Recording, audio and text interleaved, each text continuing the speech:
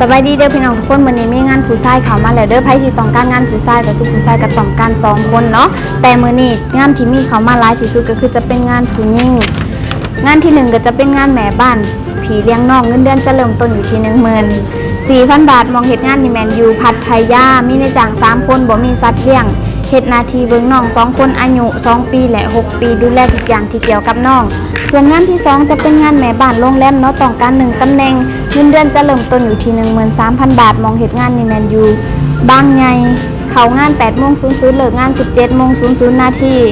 ขอคนที่อ่านเขียนภาษาไทยได้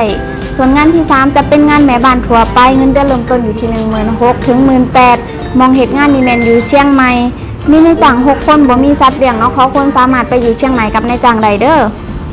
หน้าที่หลักก็คือทำความสะอาดบ้านทั่วไปซักผ้ารีดผ้าส่วนงานที่4จะเป็นงานพ่อค้าพ่อครัวเฮ็ดขนมพ่อครัวเฮ็ดขนมนี่ก็จะเริ่มต้นอยู่ที่เงินเดือน 12,000 ถึง 15,000 มองเฮ็ดงานนี่แม่นอยู่บางนาต้องการผู้ชายเนาะเข้างานนี่ 6:00 เลิกงาน 16:00 นส่วนงานที่หาจะเป็นงานแม่บ้านดูแลผู้สูงอายุเงินเดือนจะเริ่มต้นอยู่ที่ 18,000 บาทมองเฮ็ดงานนี่แม่นอยู่สมุทรปราการมีนายจ้าง3คนมีหมา2ตัวเนาะเฮ็ดหน้าที่ดูแลผู้สูงอายุ86ปีซอยเหลือเจ้าของได้อยู่และงานสุดท้ายงานที่6อันนี้เป็นงานสร้าง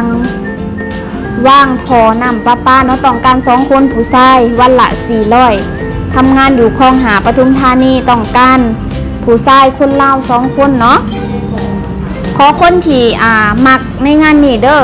ถ้าบ่มักคือจะเฮ็ดบ่ได้เนาะและขอคนที่พร้อมเริ่มงานเลยสำหรับใน6งานนี้ก็อย่าลืมเข้ามากรอกใบสมัครกันไว้ได้เนาะอยู่ที่จรัญสนิทวงศ์ซอย 82/1 เด้อสำหรับมื้อนี้ข่อยจะฝากงานไว้สำหรับมื้อหน้าจะมาแจ้งงานใหม่เด้อสำหรับมื้อนี้สบายดี